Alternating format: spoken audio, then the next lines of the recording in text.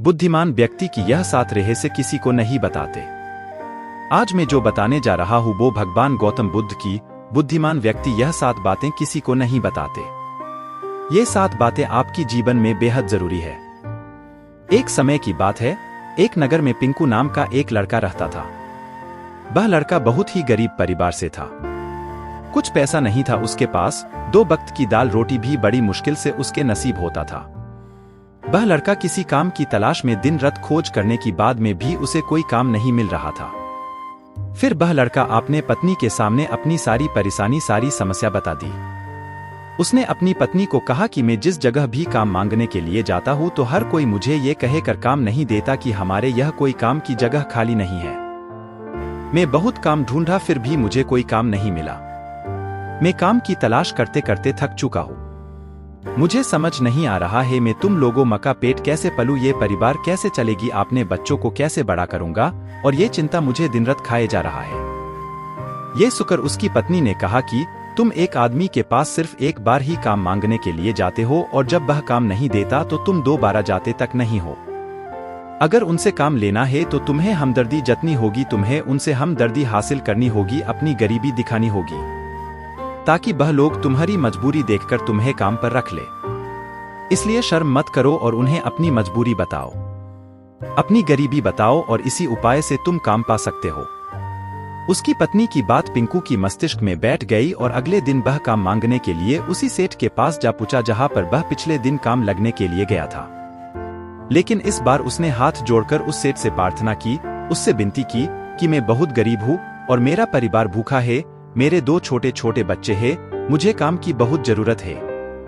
वो जो कुछ भी पैसा देंगे वह उससे ही संतुष्ट हो जाएगा, पर कृपा करके मुझे आपने यहाँ पैर काम पे रख ले। उसकी ये हालत देखकर उस सेठ ने उसे अपने पास काम पे रख लिया। वह रोज वहां पर काम पर जाने लगा। अंदर ही अंदर वह बहुत खुश तो कि उसे काम तो मिला, लेकिन उसे तनख्वाह दूसरे लोगों से काम मिलता था। वही काम जो दूसरों लोग कर रहा था उन्हें ज्यादा तनख्वाह मिल रहा था और पिंकू को काम तनख्वाह मिल रहा था। जब इसकी बारे में सेठ से कहा तो सेठ ने कहा कि देखो भाई, तुम्हें काम की जरूरत थी और मैंने तुम्हें काम दिया। मेरा धन्यवाद करने की बजाय तुम मुझसे शिकायत कर रहे हो, ये किसी इंसानियत है। ये सुनकर पिंकू वहीं पर चुप हो गया। बात कहीं ना कहीं सत्य थी। सेठ ने तो उसे मजबूरी के हिसाब से ही उसे काम दिया था और इसलिए वह उसे अपने अनुसार ही वेतन देता था। लेकिन धीरे धीरे ये बात अपने दोस्तों और अपने रिश्तेदारों को भी बताना शुरू कर दी कि उसका सेठ कैसा आदमी है और उसे कितना वेतन देता था। समय बीतता गया और पिंकू पूरी लगन के साथ अपने काम करता था। लेकिन अब परिस्थितियां बदलने लगी थी। सेठ अब पिंकू से दूसरों लोगों से ज्यादा काम लेता था और उनसे काम तनख्वाह उन्हें देता था। ये बात पिंकी की मन ही मन में बहुत खटकती थी। वह दूसरों से ज्यादा मेहनत कर रहा है और उनसे कम तनख्वाह पा रहा है। इससे उसको अपने आत्मसम्मान को बहुत चोट पहुंची। अब धीरे धीरे उसका मन अब काम से हटने लगा। उसका मन काम में लगता ही नहीं था। जाहिर सी बात है कि ऐसा जगह किसका मन लगेगा जहां आदमी को अपने आत्मसम्मान के साथ समझौता करना पड़े। इसलिए जल्द ही उसने अपने काम छोड़ दिया और वह घर पर आकर खाली बैठ गया। अब उसके पास घर का खर्चा चलने के लिए भी पैसा नहीं बचे। इसलिए वह अपने रिश्तेदारों और अपने दोस्तों से सहायता मांगने शुरू कर दिया।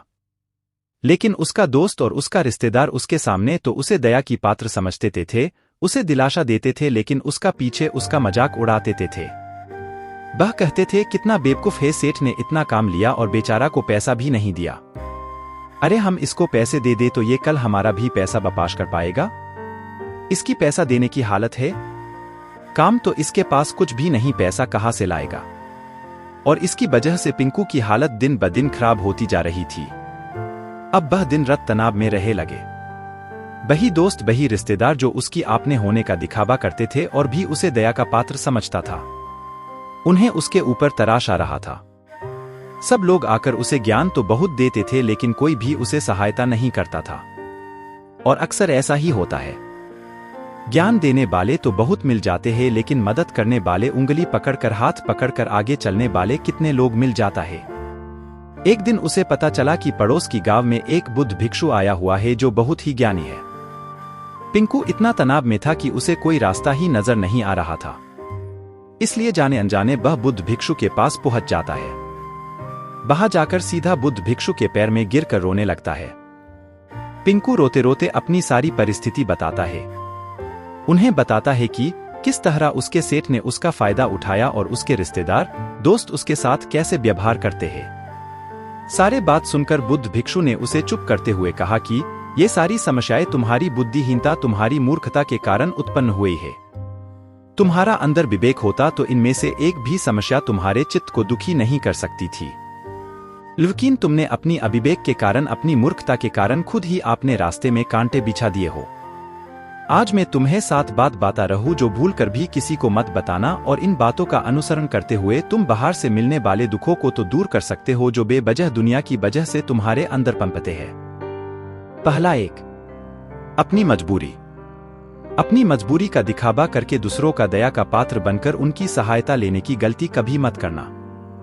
हो सकता है कि आज वह तुम्हारी मजबूरी देखकर तुम्हारी सहायता करते, लेकिन कल वह तुम्हारा फायदा उठाने से भी दोबारा नहीं सोचेगा, और अगर फायदा भी नहीं उठाएगा तो दूसरों के सामने तुम्हारा मजाक बनाने में वह आदमी कभी दोबारा नहीं सोचेगा। इसलिए कभी भी अपनी मजबूरी का दिखावा ना करे। अगर घर में 2 रोटी है, सूखी रोटी, तो वही खाकर सो जाओ, लेकिन दूसरों को इसके बारे में भनक तक नहीं लगने चाहिए। जरा आप खुद सोचो, मजबूरी बनने का क्या जरूरी होता है एक इंसान का? या तो वो दूसरों से सहानुभूति करना चाहता है या तो उनसे कोई आर्थिक मदद चाहता है, लेकिन दोनों ही परिस्थिति आप देखो तो दूसरा आदमी आपका फायदा उठाने से दोबारा नहीं सोचेगा। और अगर वह फायदा नहीं भी उठाएगा तो अपनी नजर में तो आपको बबह मूर्ख ही समझेगा, बेवकूफ समझेगा, और दूसरों के सामने आपका मजाक तो जरूर बनाएगा। इसलिए अपनी मजबूरी के बारे में किसी को मत बताना। 2, अपनी अतीत की गलतियां और भविष्य की रणनीतियां। जरा सोचो कि अगर हम अपने अतीत की गलतियां किसी दूसरे को बताते हैं तो उसका क्या प्रभाव होगा। वह गलतियां ठीक तो नहीं की जा सकती, जाहिर है, तो उन्हें बताने का क्या जरूरी है। आप अपने अंधेरे पक्ष को खुद दुनिया का सामने बता रहे हो, खुद अपनी गलतियां दूसरों के सामने बता रहे हो। इससे एक आदमी की नजर में एक चरित्र गठित हो जाएगा और वह भविष्य में आपको हमेशा उसी नजरों से देखेगा। इसलिए किसी भी आदमी की नजर में आपने चरित्र गठित मत होने दो। और जरा सोचो कि आप व्यर्थ में ही अपनी भविष्य की रणनीति दूसरों के सामने बता रहे हो। जो लोग आपके काम का हिस्सा ही नहीं है, उनके सामने अपनी भविष्य की रणनीति के बारे में ढिंढोरा पीटने की क्या फायदा। वो लोग आपकी सहायता तो नहीं करेंगे, लेकिन आपकी भविष्य की रणनीति में बाधा जरूर बन सकता है। आप खुद अपनी विवेक का इस्तेमाल करिए और सोचिए कि आपके साथ भी ऐसा हुआ कि आपने अपनी भविष्य की रणनीतियां किसी को बताया हो और वह रणनीति कभी भी कामयाबी ना हुई हो।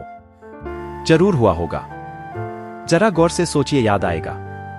3, घर की बातें। जो भी हमारे घर के अंदर आपस में बातचीत होती है, हमारे माँ बाप के साथ, हमारी पत्नी के साथ, हमारे बच्चों के साथ, हमारे भाई बहन की बात, वह बातें परिवार ही तक सीमित रहना चाहिए।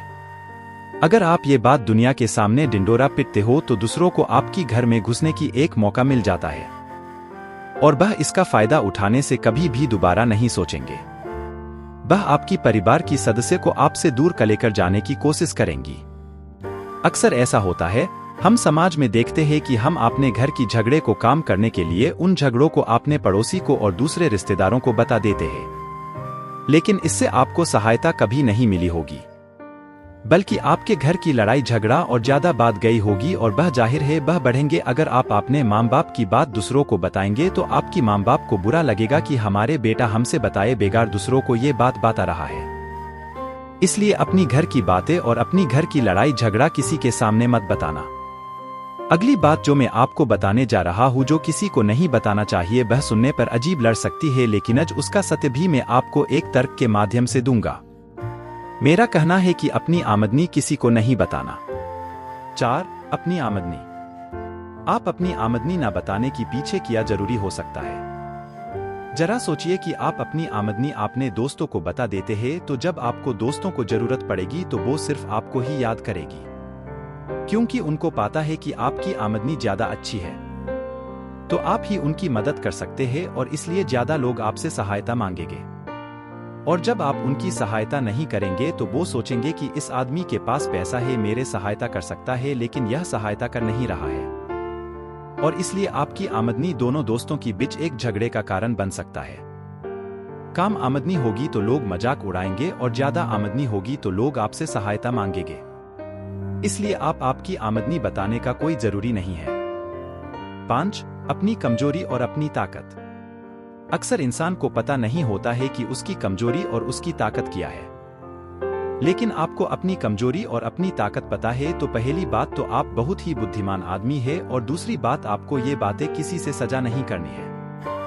क्योंकि अगर आपकी कमजोरी दूसरों को पता चल गई तो वह आपकी कमजोरी का फायदा उठाएंगे, और अगर आपकी ताकत पता चल गई तो वही ताकत आपकी कमजोरी बन जाएगी। क्योंकि वो ताकत दूसरे आदमी को पाता है और वो ताकत की कमजोरी भी ढूंढ ही लेगा।